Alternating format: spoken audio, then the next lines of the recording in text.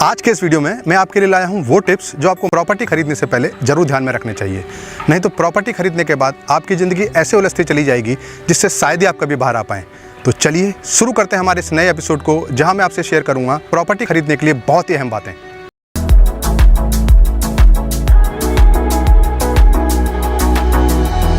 सृष्टि के जन्म से भी पहले तेरा वास था,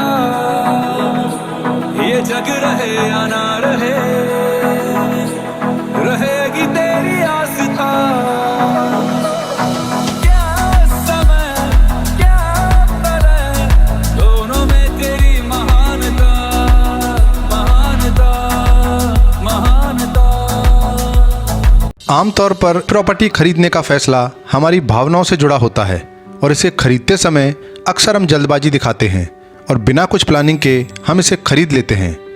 कभी कभी हम अपने दोस्तों और रिलेटिव्स के कहने से प्रॉपर्टी खरीद लेते हैं और कभी इसलिए कि अपने आस पड़ोस में सभी को खरीदते देख हमारा अहम हम पर हावी हो जाता है।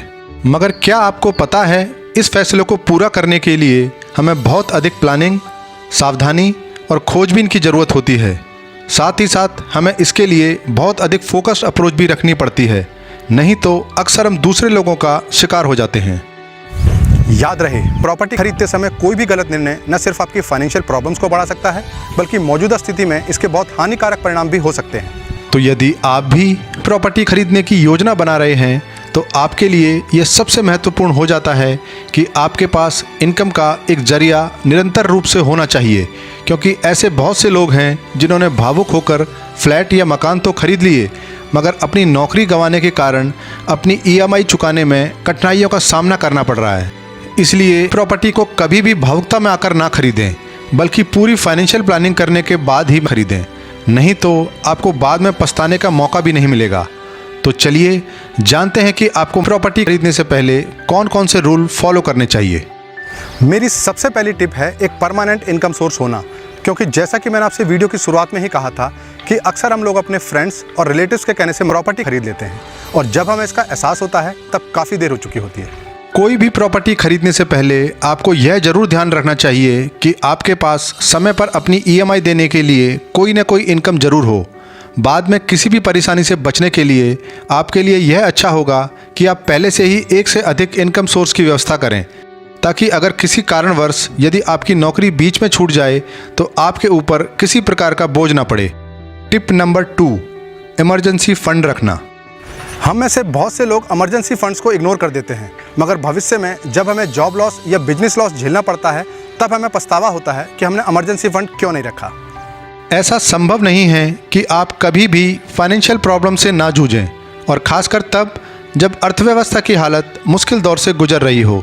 इसलिए फाइनेंशियल प्रॉब्लम्स को कम करने के लिए आपके पास पर्याप्त मात्रा में इमरजेंसी फंड होना चाहिए।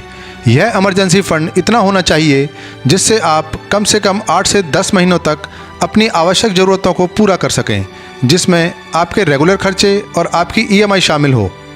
टिप नंबर 3, जैसा कि आप जानते ही हैं कि भारतीय अर्थव्यवस्था पिछले 4-5 सालों से खस्ता हालत में है और इस महामारी के बाद इसका अच्छा खासा असर रियल एस्टेट मार्केट पर भी पड़ा है।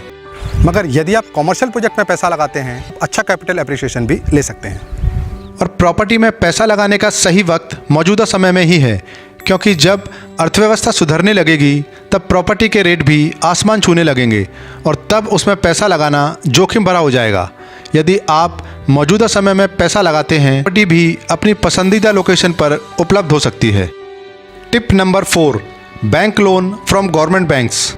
सैलरीड क्लास लोगों को मैं सरकारी बैंक से ही लोन लेने की सलाह दूंगा, क्योंकि प्राइवेट बैंक्स में सरकारी बैंक के मुकाबले पेनल्टी और सर्विस चार्ज बहुत ज़्यादा होते हैं।